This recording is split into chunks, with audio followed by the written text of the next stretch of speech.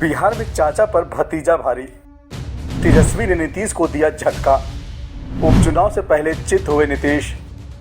बिहार के गोपालगंज और मोकामा विधानसभा सीटों पर उपचुनाव होने हैं।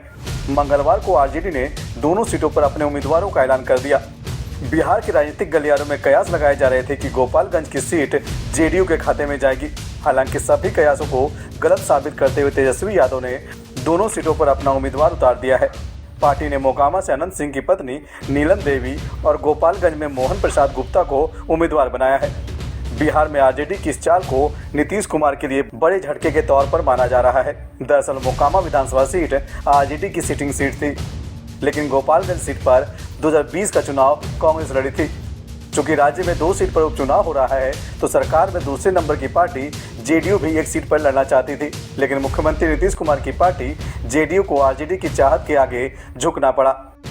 मोकामा से आरजेडी की टिकट पर अनंत सिंह जीते थे, जिनकी सदस्यता कोर्ट से सजा मिलने के बाद चली गई।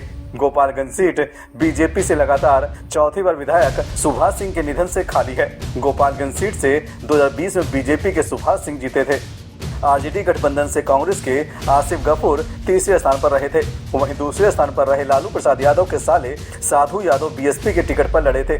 महागठबंधन में चर्चा थी कि आरजेडी मोकामा और जेडीयू गोपालगंज लड़ेगी, लेकिन आखिर में तेजस्वी भारी पड़े और दोनों सीट आरजेडी ने अपने नाम कर लिया। इसमें जेडीयू के साथ साथ कांग्रेस को भी हामी भरनी पड़ी।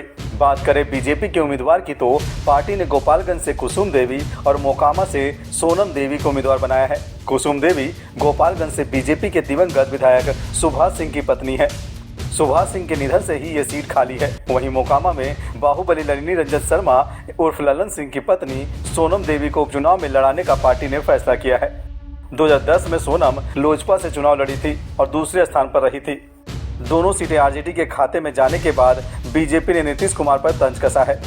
बिहार बीजेपी के प्रवक्ता निखिल आनंद ने चुटकी लेते हुए कहा कि बिहार विधानसभा उपचुनाव में गोपालगंज और मोकामा से आरजेडी लड़ेगी। नीतीश जी आश्रम जाने की तैयारी में लगे हैं, तो स्वाभाविक तौर पर जेडीयू नतमस्तक है। अब बिहार में कांग्रेस के लिए आरजेडी का झोला झंडा उठाने, ताली पीटने और युवराज का पालकी ढोने का काम ही बच गया है।